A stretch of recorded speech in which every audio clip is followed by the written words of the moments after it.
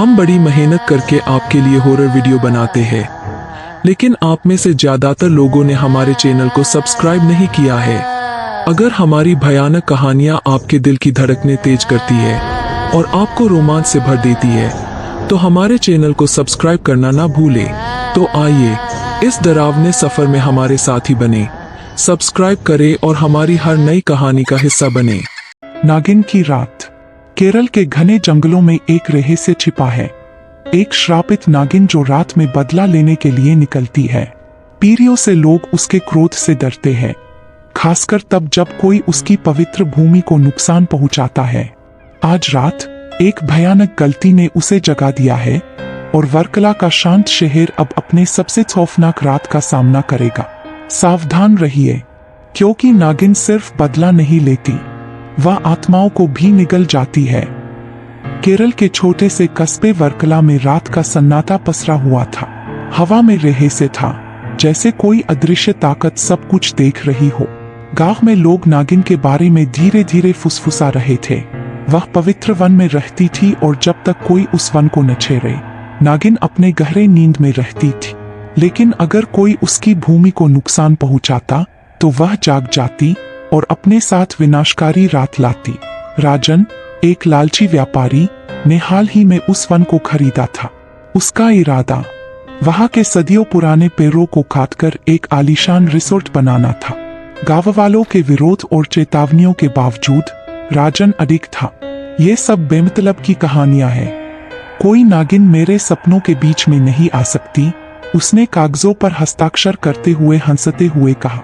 पहली ही रात जब पेड़ काटे गए, कुछ अजीब सा महसूस हुआ। सबसे पहले मजदूरों ने महसूस किया हवा में एक अजीब ठंडक, एक डरावनी निगाह, जैसे कोई उन्हें देख रहा हो। जंगल बिल्कुल शांत था, कोई आवाज नहीं, न चिड़ियों की चहचहाहट, न हवा की सरसराहट। जैसे ही आधी रात हुई, राकेश, एक मजदूर, ने एक हल्की सी सरसराहट सुनी। उसने मुड़कर देखा, पर वहां केवल साए थे। जैसे ही वह कैंपफायर की तरफ बढ़ा, अचानक जमीन के नीचे हलचल सी महसूस हुई। वहां से एक विशाल सांप निकल आया। उसकी आंखें भयानक लाल रंग में चमक रही थी। राकेश ने चीखने की कोशिश की, लेकिन उसकी आवाज दब गई, क्योंकि सांप ने उसे चारों ओर से घेर लिया था। सुबह तक राकेश का कहीं अतापता नहीं था और बाकी मजदूरों में डर फैल गया। लेकिन राजन ने इसे एक दुर्घटना कहकर टाल दिया। शायद वह तुम्हारी इन मूर्खतापूर्ण कहानियों से डर कर भाग गया होगा, उसने हंसते हुए कहा। सबकी अनसुनी करते हुए उसने मजदूरों को काम जारी रखने का आदेश दिया। जैसे ही उन्होंने फिर से काम शुरू किया, अजीब घटनाएं घटने लगी। औजार गायब हो जाते और मजदूरों को महसूस होता जैसे कोई उन्हें देख रहा हो। शंकर, एक और मजदूर, पानी लेने गया, लेकिन वह कभी वापस नहीं आया। उन्होंने उसके पैरों के निशान देखे, जो एक चमचमाते सांप की खाल के हेर पर जाकर खत्म हो गए। वह खाल देख सबकी रीढ़ में सिहरन दौड़ गई। हर घंटे के साथ डर बढ़ता गया।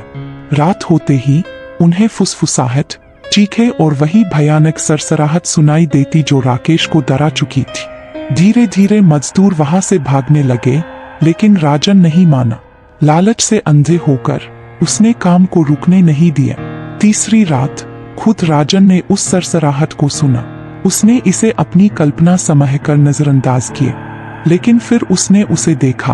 पेड़ों के बीच एक परछाई तेजी से हिलती हुई। वह परछाई एक स्त्री का आकार ले चुकी थी। उसकी आंखों में जलता हुआ क्रोध और उसके बाल सांपों की तरह लहराते हुए। राजन समझ गया, वह नागिन थी। उसकी आवाज गूंज उठी, तुमने मेरे घर को कैसे छुआ? सदियों से मैं इस भूमि की रक्षा करती आई हूँ, अब तुम्हें इसका दंड भुगतना पड़ेगा। राजन भागने की कोशिश करने लगा, लेकिन जमीन ने उसका रास्ता रोक लिया। उसने डरते हुए उसकी जलती हुई आंखों में देखा और नागिन ने फुसफुसाया, यह रात तुम्हारी आखिरी होगी। अगली सुबह राजन का शरीर गांव के बाहर मिला।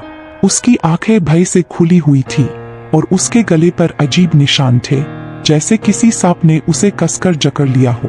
गांव वाले भयभीत थे और सबको यकीन हो गया यह नागिन का काम था। लेकिन यह अंत नहीं था। नागिन का क्रोध अभी थमा नहीं था। जल्द ही बाकी सभी लोग जो राजन के इस प्रोजेक्ट में शामिल थे रहस्यमय तरीके से गायब होने लगे।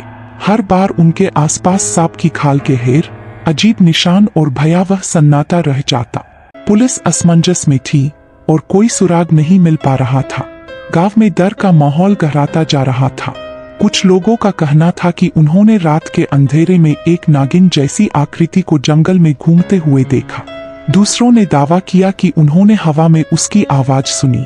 वह कह रही थी कि अगर कोई फिर से उस वन की ओर बहा तो उसका अंजाम वही होगा जो राजन का हुआ था। लेकिन एक युवक, हरी, ने सच जानने के लिए हिम्मत दिखाई।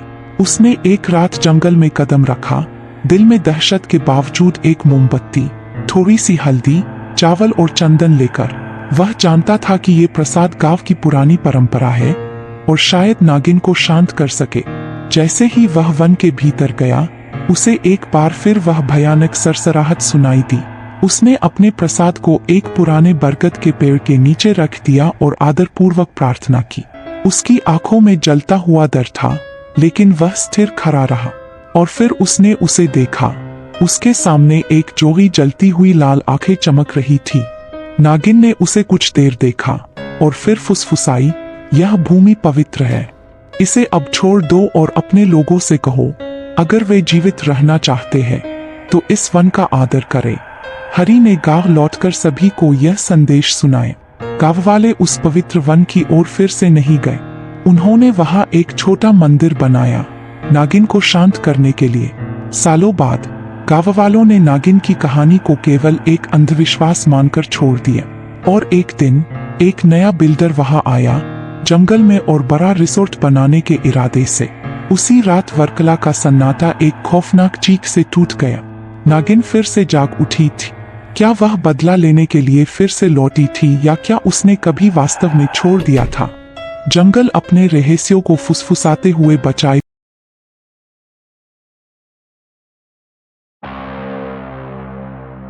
Subscribe Fear Fuse for more.